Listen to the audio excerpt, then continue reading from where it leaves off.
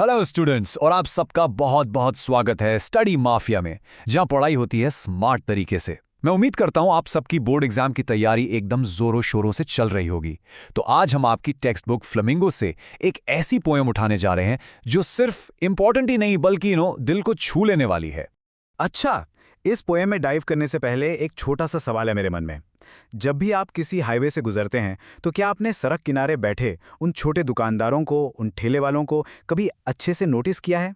और क्या कभी सोचा है कि शहर की ऊंची ऊंची बिल्डिंग्स और गांव के उन कच्चे घरों के बीच ये जो इतनी बड़ी खाई है, इतना बड़ा गैप है, वो आखिर है क्यों? रॉबर्ट फ्रॉस्ट की ये पोएम और रोड साइड स्टैंड हमें इसी कड़वी सच्चाई से रूबरू कराती है। ओके, सो चलो अब थोड़ा सीरियस हो जाते हैं। मैं आपको पहले ही क्लियर कर दूं बच्चों कि सीबीएसई बोर्ड्स के पॉइंट ऑफ व्यू से ये चैप्टर हाई वेटेज कैटेगरी में आता है। इससे एक्सट्रैक्ट बेस्ड क्वेश्चंस और लॉन्ग आंसर क्वेश्चंस आने के चांसेस बहुत बहुत ज्यादा होते हैं। इसीलिए आज हम इसकी एक एक लाइन को, एक एक इमोशन को बिल्कुल डिटेल में समझेंगे। तो अपनी बुक और एक नोटपैड लेकर तैयार हो जाओ, क्योंकि ये सेशन सुपर इंपॉर्टेंट होने वाला है। इस पूरी पोएम को बिल्कुल क्रिस्टल क्लियर करने के लिए मैंने इसे 5 सिंपल सेक्शंस में डिवाइड कर दिया है। बेसिकली ये हमारा आज का स्टडी प्लान है। हम स्टेप बाय स्टेप आगे बढ़ेंगे, जिससे आपको हर कॉन्सेप्ट आसानी से समझ भी आए और सबसे इंपॉर्टेंट, एग्जाम तक याद भी रहे। तो चलिए शुरू करते हैं हमारे पहले सेक्शन से। राइट, तो हमारा पहला सेक्शन है गांव की उम्मीद।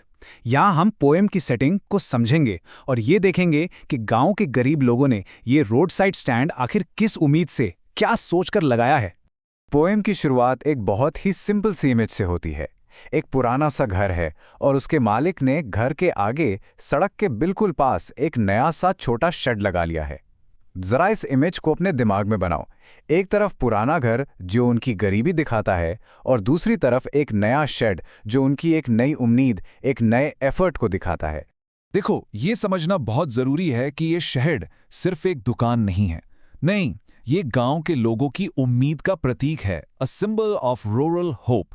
उन्हें लगता है कि हाईवे से जो शहर की बड़ी बड़ी गाड़ियां गुजरेंगी वो थोड़ी देर के लिए रुकेंगी, उनसे कुछ सब्जियां या फल खरीदेंगी और शहर के पैसे का थोड़ा सा हिस्सा, थोड़ा सा कैश उनके हाथ में भी आएगा, जिससे उनकी जिंदगी थोड़ी बेहतर हो सकेगी। अब यहाँ पोएट एक बहुत गहरी बात कहते हैं, ध्यान देना। वो कहते हैं कि ये स्टैंड पैथेटिकली प्लीड कर रहा है, यानी बहुत ही दया मांगने वाले अंदाज में साइलेंटली गुजारिश कर रहा है।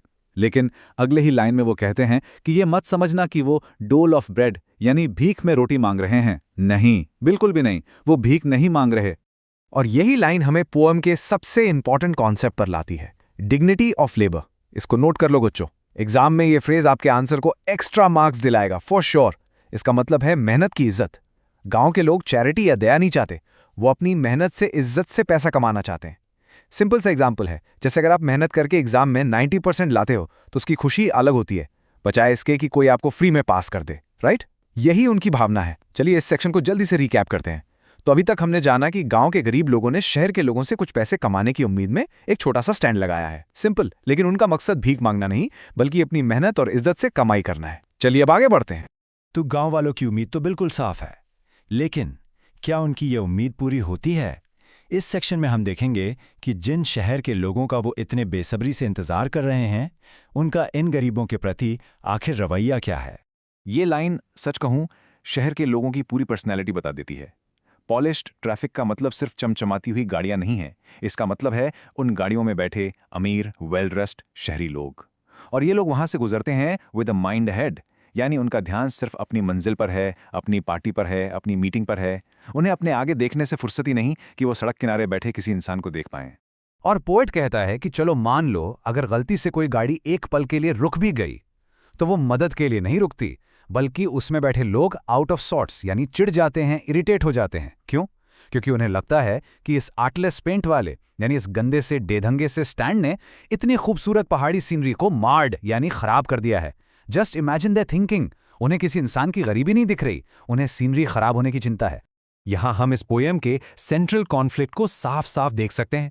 एक तरफ है गांव वालों की उम्मीद, थोड़ा पैसा कमाना है, थोड़ी इज्जत चाहिए, और दूसरी तरफ है शहर वालों का एटीट्यूड, बस अपने में मगन, पूरी तरह से इनसेंसिटिव, और ऊपर से आलोचना, क्रिटिसिज्म भी कर रहे हैं। यही वो खाई है, वो गैप है जिसका जिक्र हमने शुरुआत में किया था।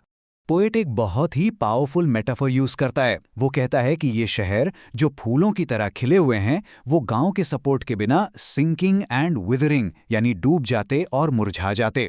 मतलब साफ है, शहर की पूरी तरक्की, उनके एसी, उनकी बिल्डिंग्स, उनका लाइफस्टाइल सब गांव से आए रिसोर्सेज पर टिका है। फिर भी वही शहर गांव को पूरी तरह इग्नोर करता है। यही रूरल अर्बन डिवाइड का थीम है। इसे एग्जाम के लिए जरूर याद रखना।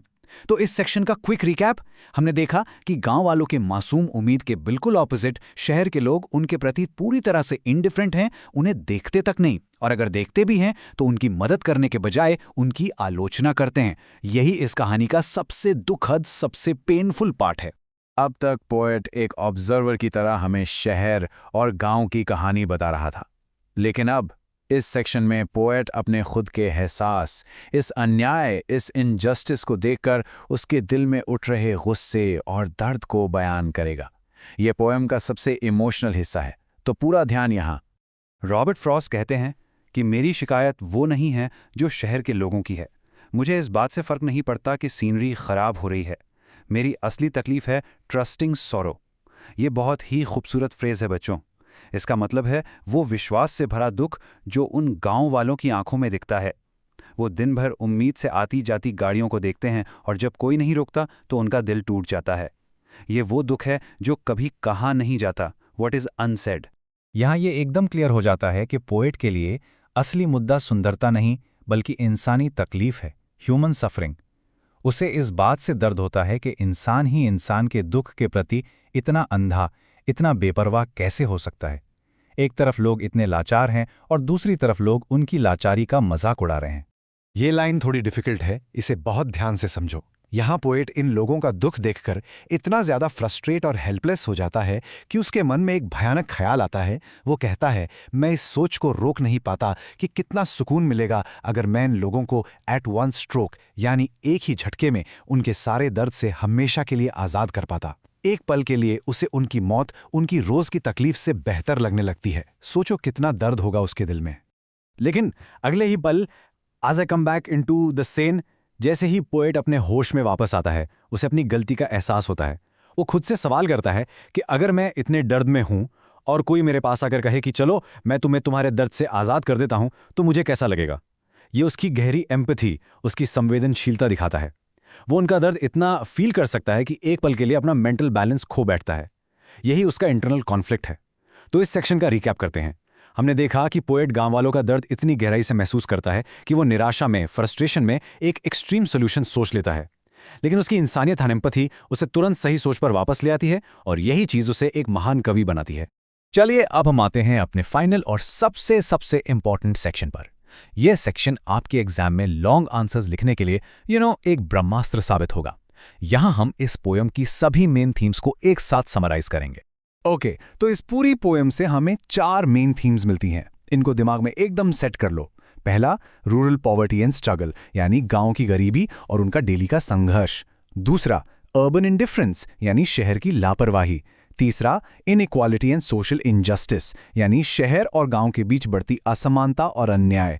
और चौथा और सबसे important, the loss of humanity यानी इंसानियत का खत्म हो जाना। ये 4 पॉइंट्स आपके 5 मार्क के क्वेश्चन के लिए एक परफेक्ट आंसर फ्रेमवर्क है। बस इन्हीं को एलैबोरेट करना है एग्जाम्पल्स के साथ।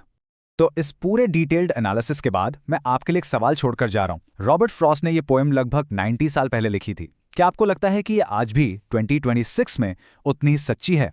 क्या आज भी शहर और गांव के बीच ये दूरी, ये लापरवाही, ये इंडिफरेंस मौजूद है? इस पर जरूर सोचना। मुझे पूरी उम्मीद है कि अब आपको ये चैप्टर बिल्कुल अच्छे से हर एंगल से समझ आ गया होगा। बोर्ड एग्जाम्स नजदीक हैं, इसीलिए बिल्कुल भी स्ट्रेस मत लेना। कंसिस्टेंट रिवीजन करते रहो और हाँ, अपनी सेहत का भी ध्यान रखो। अगर इस पोएम से रिलेटेड या किसी और चैप्टर से रिलेटेड कोई भी डाउट हो तो नीचे कमेंट सेक्शन में बिना झिझक के पूछना। मैं पर्सनली सबके डाउट्स क्लियर करने की पूरी कोशिश करूंगा। बस इतना ही। अगर आज का कॉन्सेप्ट क्लियर हो गया हो तो लाइक करो, अपने साले दोस्तों के साथ शेयर करो जिनको इसकी जरूरत है, और स्टडी माफिया को सब्सक्राइब करना मत भूलना, क्योंकि यहां पढ़ाई होती है स्मार्ट तरीके से। मिलते हैं अगले वीडियो में। All the very best.